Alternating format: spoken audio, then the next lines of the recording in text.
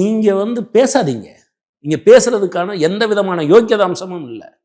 நீங்க தமிழ்நாட்டில் பிஜேபி ஆளும் என்று சொன்னால் தமிழகம் நாசமாக போகும் என்று சாபம் விடுப்பதற்கு சமானம்.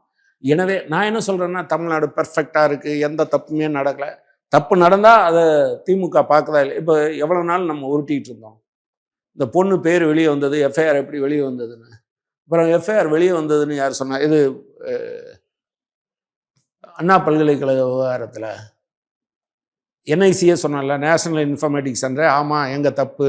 அது இப்படி வெளியாச்சுன்னா, அதுக்கு பின்னாலேயும் அதை உருடிச்சுக்கிட்டு இருக்கீங்க. உங்களுக்கு இதெல்லாம் பேசுறதுக்கு என்ன என்ன இந்த பிஜேபி ஆஃபீஸில் ஏதோ தப்பு நடந்தது, அதுக்கு ஒரு கமிட்டி எல்லாம் போட்டேன்னு சொன்னாங்கல்ல, யார் மேலே நடவடிக்கை எடுத்திருக்காங்க?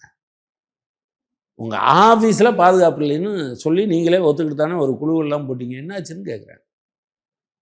அமித்ஷா இது போன்ற விஷயங்களை பேசுவதற்கு கொஞ்சமாவது உறுத்துன்னு வச்சுக்கோங்க. அவர் இதெல்லாம் பேசக்கூடாது.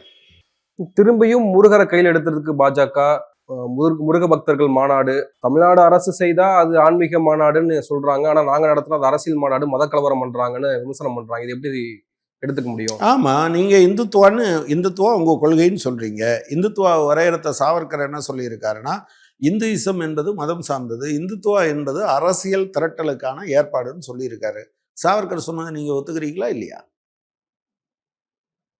ரைட்டு. மற்றவங்க எல்லாம் சாமி கும்பிட மட்டும் போகிறான். நீ சாமி கும்பிட மட்டும் போகிறது இல்லை. ஒரு தர்காவை இடிக்கிறது, ஒரு மசூதியை இடிக்கிறது, அது என்ன அவுரங்கசீப்பினுடைய கல்லறை இடிக்கிறது, இப்படி தேடி தேடி யாராவது ஆன்மீகம் செய்கிறவங்க இப்படி போகிறாங்களா?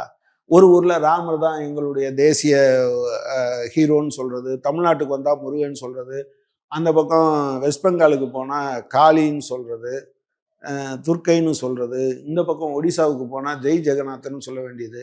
உங்களுக்கு வேலையே இல்லையா?